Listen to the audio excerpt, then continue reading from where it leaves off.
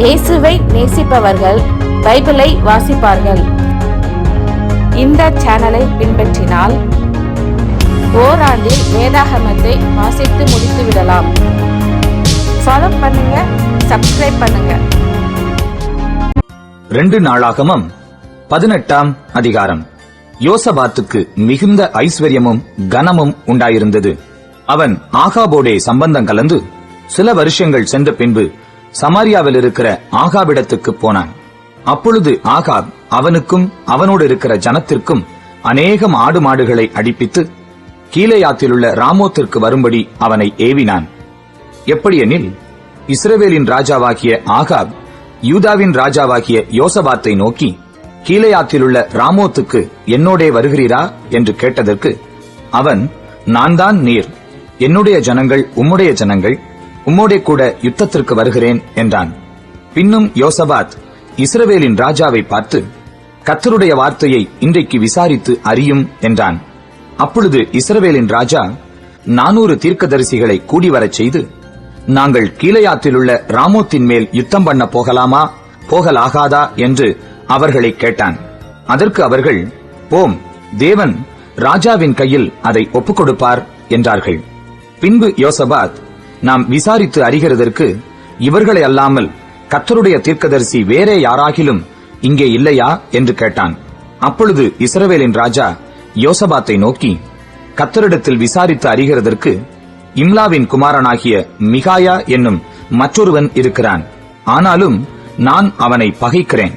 அவன் என்னை குறித்து நன்மையாக அல்ல, தீமையாகவே எப்பொழுதும் தீர்க்க தரிசனம் சொல்லுகிறவன் என்றான். அதற்கு யோசபாத், ராஜாவே, அப்படி சொல்ல வேண்டாம் என்றான். அப்பொழுது இஸ்ரவேலின் ராஜா பிரதானிகளில் ஒருவனை கூப்பிட்டு, இம்லாவின் குமாரனாகிய மிகாயாவை சீக்கிரமாய் அழைத்து வா என்றான். இஸ்ரவேலின் ராஜாவும் யூதாவின் ராஜாவாகிய யோசபாத்தும் சமாரியாவின் ஒலிமுக வாசலுக்கு முன்னிருக்கும் விசாலமான இடத்திலே ராஜவஸ்திரம் தரித்துக் கொண்டவர்களாய் அவரவர் தம் தம் சிங்காசனத்திலே உட்கார்ந்திருந்தார்கள். சகல தீர்க்கதரிசிகளும் அவர்களுக்கு முன்பாக தீர்க்க தரிசனம் சொன்னார்கள்.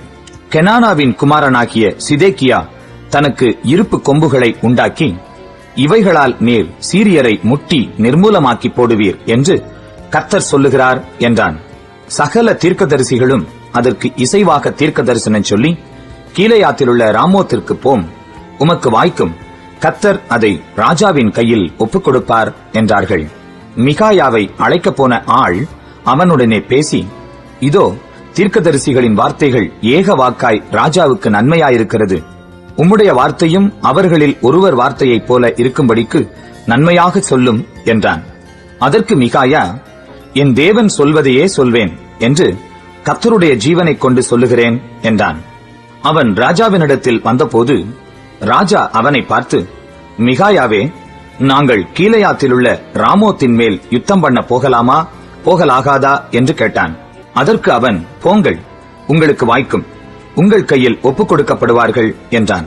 ராஜா அவனை பார்த்து, நீ கர்த்தருடைய நாமத்திலே உண்மையை அல்லாமல் வேறொன்றையும் என்னிடத்தில் சொல்லாதபடிக்கு நான் எத்தனை தரம் உன்னை ஆணையிடுவிக்க வேண்டும் என்று சொன்னான். அப்பொழுது அவன், இஸ்ரவேலர் எல்லாரும் மெய்ப்பனில்லாத ஆடுகளைப் போல மலைகளில் சிதறப்பட்டதைக் கண்டேன். அப்பொழுது கர்த்தர், இவர்களுக்கு எஜமான் இல்லை, அவரவர் தம் தம் வீட்டிற்கு சமாதானத்தோடே திரும்ப கடவர்கள் என்றார் என்று சொன்னான். அப்பொழுது இஸ்ரவேலின் ராஜா யோசபாத்தை நோக்கி, இவன் என்னை குறித்து நன்மையாக அல்ல, தீமையாகவே தீர்க்க தரிசனம் சொல்லுகிறவன் என்று நான் உம்மோடே சொல்லவில்லையா என்றான். அப்பொழுது அவன் சொன்னது, கர்த்தருடைய வார்த்தையை கேளுங்கள். கர்த்தர் தம்முடைய சிங்காசனத்தின் மேல் வீற்றிருக்கிறதையும் பரம சேனையெல்லாம் அவர் வலது பக்கத்திலும் அவர் இடது பக்கத்திலும் நிற்கிறதையும் கண்டேன். அப்பொழுது கர்த்தர் இஸ்ரவேலின் ராஜாவாகிய ஆகாப் கீலேயாத்திலுள்ள ராமோத்தில் போய் விழும்படிக்கு அவனுக்கு போதனை செய்கிறவன் யார் என்று கேட்டதற்கு ஒருவன் இப்படியும் ஒருவன் அப்படியும் சொன்னார்கள்.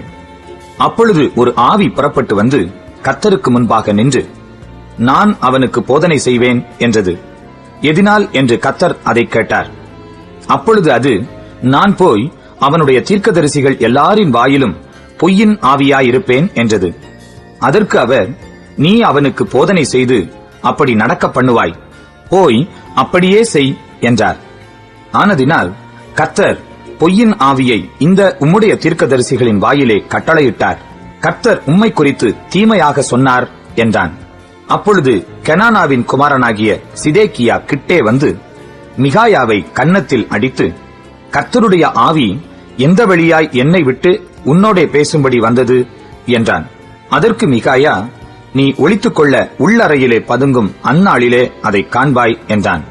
அப்பொழுது இஸ்ரவேலின் ராஜா, நீங்கள் மிகாயாவை பிடித்து அவனை பட்டணத்து தலைவனாகிய ஆமோனிடத்துக்கும் ராஜகுமாரனாகிய யோவாசிடத்துக்கும் திரும்ப கொண்டு போய் அவனை சிறைச்சாலையிலே வைத்து, நான் சமாதானத்தோடே திரும்பி வருமளவும் அவனுக்கு இடுக்கத்தின் அப்பத்தையும் இடுக்கத்தின் தண்ணீரையும் சாப்பிடக் கொடுங்கள் என்று ராஜா சொன்னார் என்று சொல்லுங்கள் என்றான். அப்பொழுது மிகாயா, நீர் சமாதானத்தோடே திரும்பி வந்தால் கர்த்தர் என்னை கொண்டு பேசினதில்லை என்று சொல்லி, ஜனங்களே நீங்கள் எல்லாரும் கேளுங்கள் என்றான். பின்பு இஸ்ரவேலின் ராஜாவும் யூதாவின் ராஜாவாகிய யோசபாத்தும் கீலேயாத்திலுள்ள ராமோத்துக்கு போனார்கள். இஸ்ரவேலின் ராஜா யோசபாத்தை பார்த்து, நான் வேஷம் மாறி யுத்தத்தில் பிரவேசிப்பேன், நீரோ ராஜவஸ்திரம் தரித்திரும் என்று சொல்லி இஸ்ரவேலின் ராஜா வேஷம் மாறி யுத்தத்தில் பிரவேசித்தான். சீரியாவின் ராஜா தனக்கு இருக்கிற ரதங்களின் தலைவரை நோக்கி, நீங்கள் சிறியவரோடும் பெரியவரோடும் யுத்தம் பண்ணாமல் இஸ்ரவேலின் ராஜா ஒருவனோட மாத்திரம் யுத்தம் பண்ணுங்கள் என்று கட்டளையிட்டிருந்தான். ஆதலால் ரதங்களின் தலைவர் யோசபாத்தை காண்கையில், இவன்தான் இஸ்ரவேலின் ராஜா என்று சொல்லி யுத்தம் பண்ண அவனை சூழ்ந்து கொண்டார்கள். அப்பொழுது யோசபாத் கூக்குரல் இட்டான். கர்த்தர் அவனுக்கு அனுசாரியாயிருந்தார். அவர்கள் அவனை விட்டு விலகும்படி தேவன் செய்தார். இவன் இஸ்ரவேலின் ராஜா அல்ல என்று ரதங்களின் தலைவர் கண்டபோது அவனை விட்டு திரும்பினார்கள். ஒருவன் நினையாமல் வில்லை நாணேற்றி எய்தான். அது இஸ்ரவேலின் ராஜாவினுடைய கவசத்தின் சந்துக்கிடையிலே பட்டது. அப்பொழுது அவன் தன் சாரதியை பார்த்து, நீ திருப்பி என்னை ராணுவத்துக்கு அப்பால் கொண்டு போ, எனக்கு காயம் பட்டது என்றான். அன்றைய தினம் யுத்தம் அதிகரித்தது. இஸ்ரவேலின் ராஜா சீரியருக்கு எதிராக ரதத்தில் சாயங்காலம் மட்டும் நின்றிருந்து சூரியன் அஸ்தமிக்கும் போது இறந்து போனான். 2 நாளாகமம் 19ஆம் அதிகாரம். யூதாவின் ராஜாவாகிய யோசபாத் எருசலேமிலுள்ள தன் வீட்டிற்கு சமாதானத்தோடே திரும்பி வந்தான். அப்பொழுது அனானியின் குமாரனாகிய யெகூ என்னும் ஞானதிருஷ்டிக்காரன் புறப்பட்டு அவனை சந்தித்து ராஜாவாகிய யோசபாத்தை நோக்கி, துன்மார்க்கனுக்கு துணை நின்று கர்த்தரை பகைக்கிறவர்களை நீர் சிநேகிக்கலாமா? இது நிமித்தம் கர்த்தருடைய கடுங்கோபம் உம்மேல் வர இருந்தது. ஆகிலும் நீர் விக்கிரக தோப்புகளை தேசத்தை விட்டு அகற்றி தேவனை தேட உம்முடைய இருதயத்தை நேராக்கின விஷயத்தில் நன்மையான காரியங்கள் உம்மிடத்திலே காணப்பட்டது உண்டு என்றான். யோசபாத் எருசலேமிலே வாசமாயிருந்து திரும்ப பெயர்செபா தொடங்கி எப்பிராயிம் மலைதேசம் மட்டுமுள்ள ஜனத்திற்குள்ளே பிரயாணமாய்ப் போய் அவர்களை தங்கள் பிதாக்களுடைய தேவனாகிய கர்த்தரிடத்திற்கு திரும்ப பண்ணினான். அவன் யூதாவின் அரணான பட்டணங்களாகிய ஒவ்வொரு பட்டணத்திலும் நியாயாதிபதிகளை வைத்து அந்த நியாயாதிபதிகளை நோக்கி, நீங்கள் செய்கிற காரியத்தை குறித்து எச்சரிக்கையாயிருங்கள். நீங்கள் மனுஷனுடைய கட்டளையினால் அல்ல, கர்த்தருடைய கட்டளையினால் நியாயம் விசாரிக்கிறீர்கள். நியாயம் விசாரிக்கிற விஷயத்திலே அவர் உங்களுடனே இருக்கிறார். ஆதலால் கர்த்தருக்கு பயப்படுகிற பயம் உங்களிடத்தில் இருக்க கடவது. எச்சரிக்கையாயிருந்து காரியத்தை நடத்துங்கள். உங்கள் தேவனாகிய கர்த்தரிடத்திலே அநியாயமும் முகதாட்சியமும் இல்லை, பரிதானமும் அவரிடத்திலே செல்லாது என்றான்.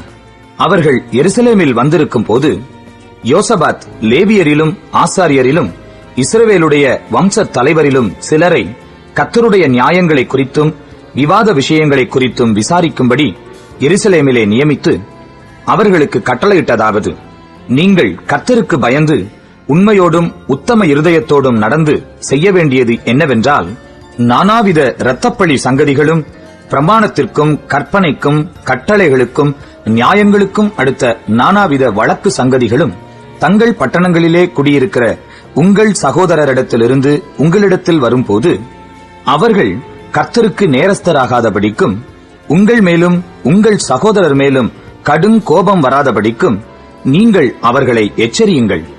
நீங்கள் இப்படி செய்தால் நேரஸ்தராக மாட்டீர்கள். இதோ ஆசாரியனாகிய அமரியா கர்த்தருக்கடுத்த எல்லா நியாயத்திலும் இஸ்மவேலின் குமாரனாகிய செபதியா என்னும் யூதா வம்சத்தின் தலைவன் ராஜாவுக்கடுத்த எல்லா நியாயத்திலும் உங்களுக்கு மேலான நியாயாதிபதிகள். லேவியரும் உங்கள் கைக்குள் உத்தியோகஸ்தராயிருக்கிறார்கள். நீங்கள் திடமனதாயிருந்து காரியங்களை நடத்துங்கள். உத்தமனுக்கு கர்த்தர் துணை என்றான்.